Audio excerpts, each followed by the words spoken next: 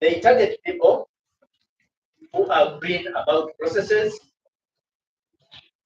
who are in a state of urgency, who want shortcuts, who are very trusting, and some who are very desperate for solutions. To look believable, they use forged identity cards, fake introduction letters, and unofficial phone numbers, as well as social media accounts. Once they receive money, they disappear or keep asking for more, leaving the victim ashamed and afraid to speak up.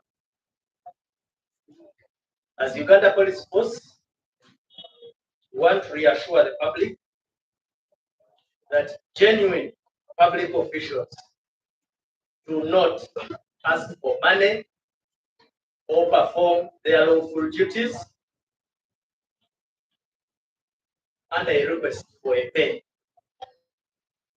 If someone approaches you privately, asks you not to tell others, and demands for cash, or what in brackets I would call facilitation, to fix something,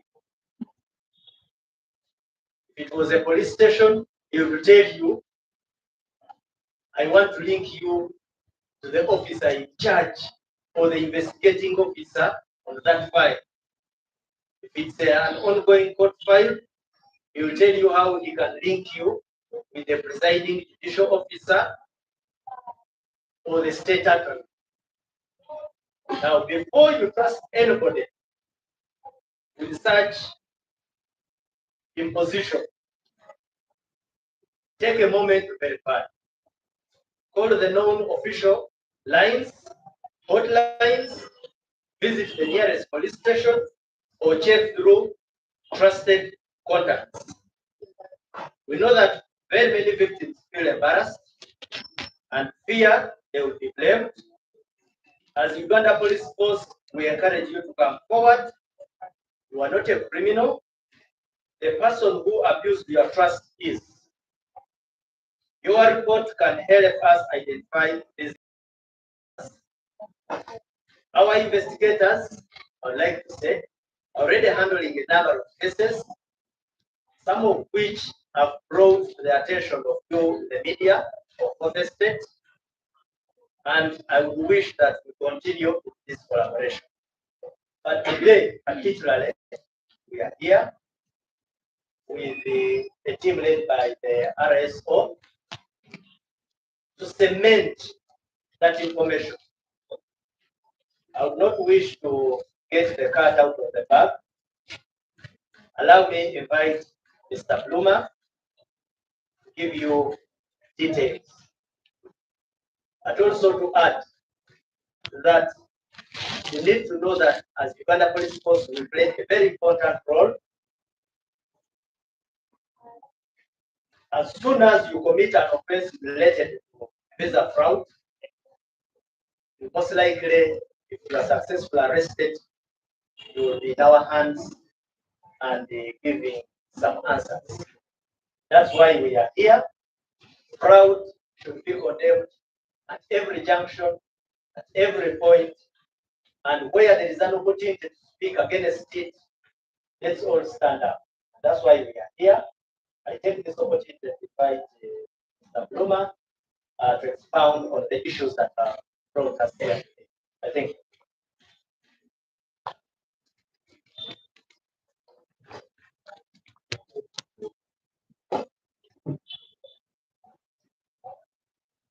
Thank you for the opportunity to address you today on this subject of visas, visa issuance from the U.S. Embassy to the citizens of Uganda.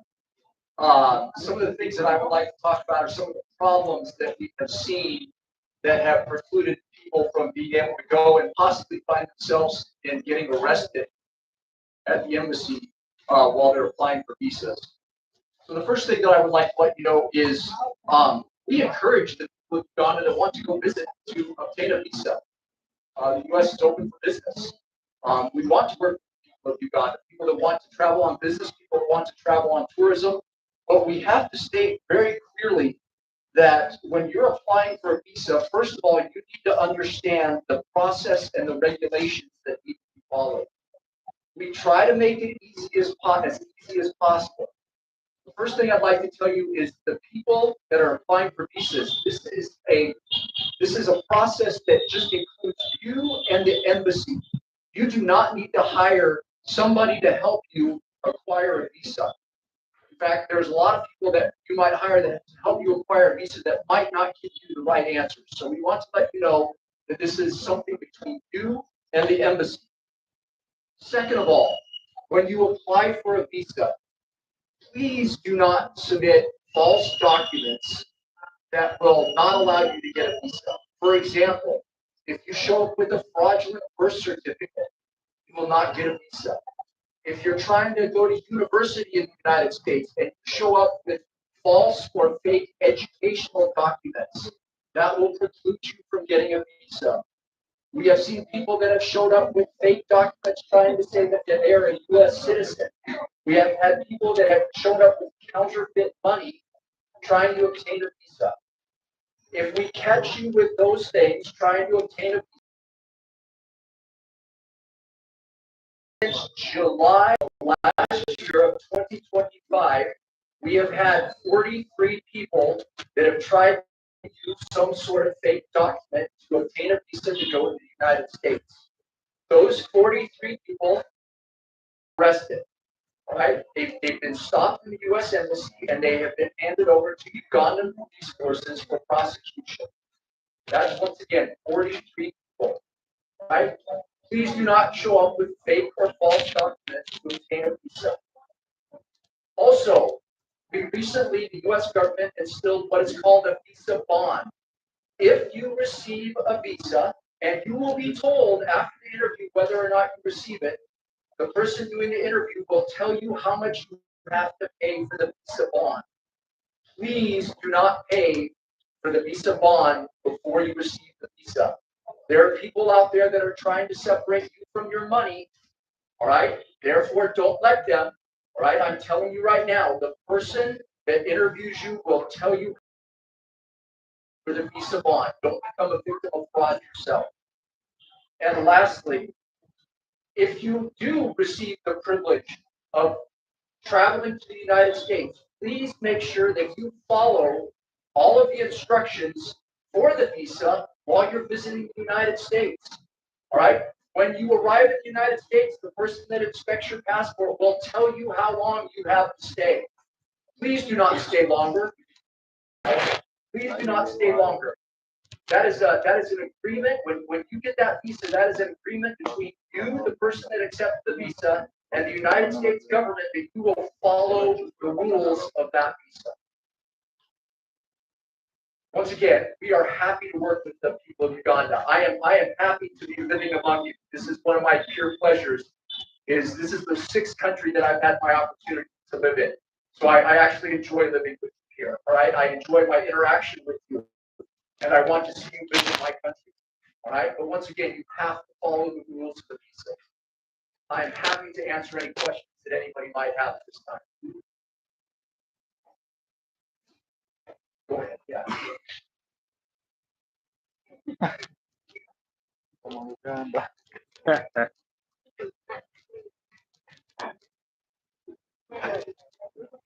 Uh-oh. Are there questions?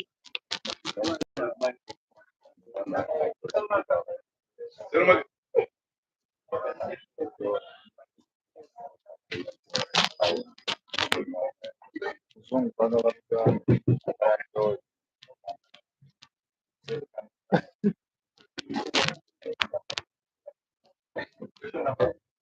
Thank you so much.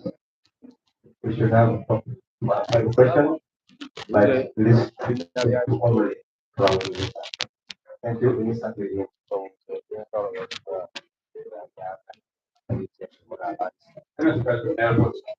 What is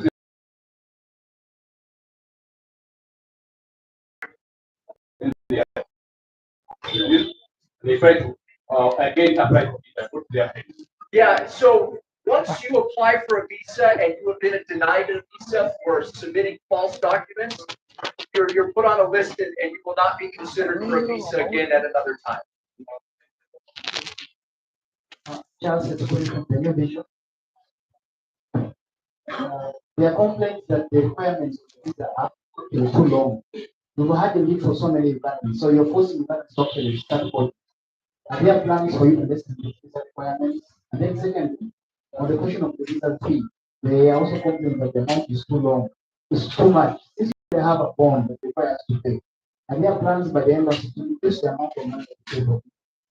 Yeah, that's a great question. I understand that the visa process is not an easy one. We are here to whatever process that we can through that process. However, there is no change that I know of right now that will change the application process. In response to the price of the visa and the visa bond, those are not set by the embassy. Those are set by people back in Washington, D.C. Therefore, we cannot change the price of the visa nor the visa bond.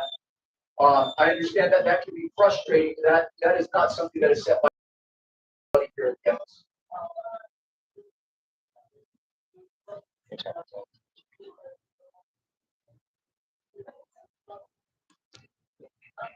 Good morning. This is just about the Bana Uganda.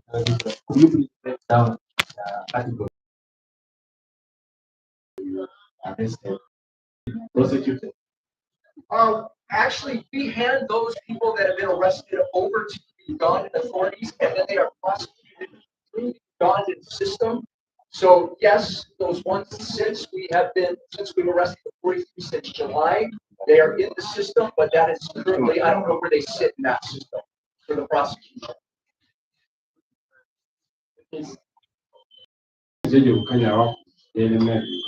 Mine goes to a funded tumor. I understand apart from USA, even other embassies must be facing a similar challenge. How many have you netted so far? How many have you prosecuted? Will you tell us some statistics on that? Thank you. Yeah, I'll go back to, so I arrived in Uganda, I've been here for about 7 months. Once again, we have arrested 43 people. I don't know where they are in the process with Uganda, because what happens is we arrest them, we remove them from the embassy, and we hand over to the Ugandan authorities, and then it goes to the. So I do not know where those 43 stand at that time. I do also do not know the number of people that were arrested prior to my arrival. Do you have any other question on the show? Waliwo alina ekibuuzo ekirala? Sorry.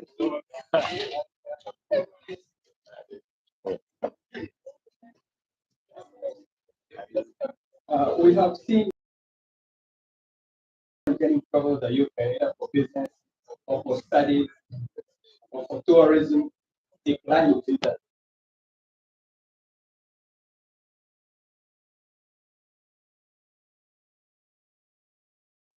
The United States. So it's strike a balance. How do we, so that's what actually has promoted that area.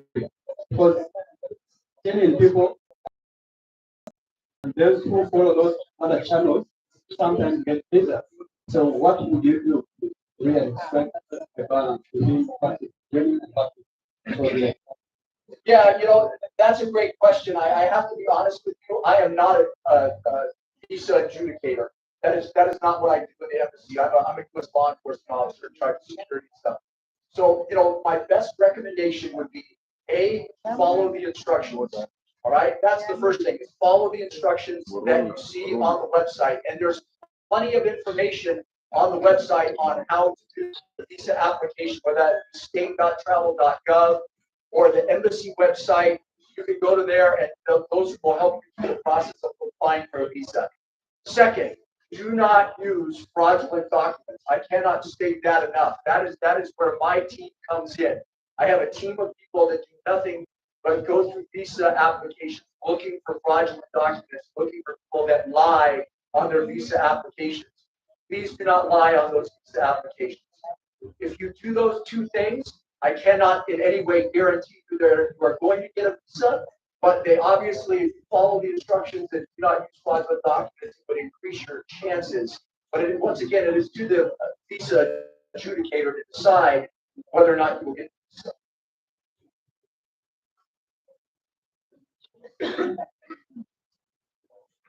Something great that maybe you introduce your team. Sure, I'd love to. So from our press office, we have Amy from Subil, and I have John from my office. John is one of my investigators that actually works in the consular section and actually looks at the visa applications, the documents.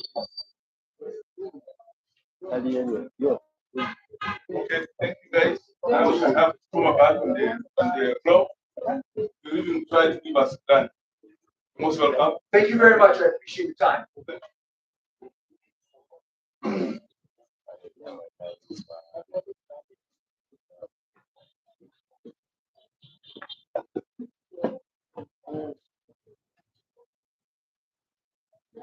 Just like the way we always do.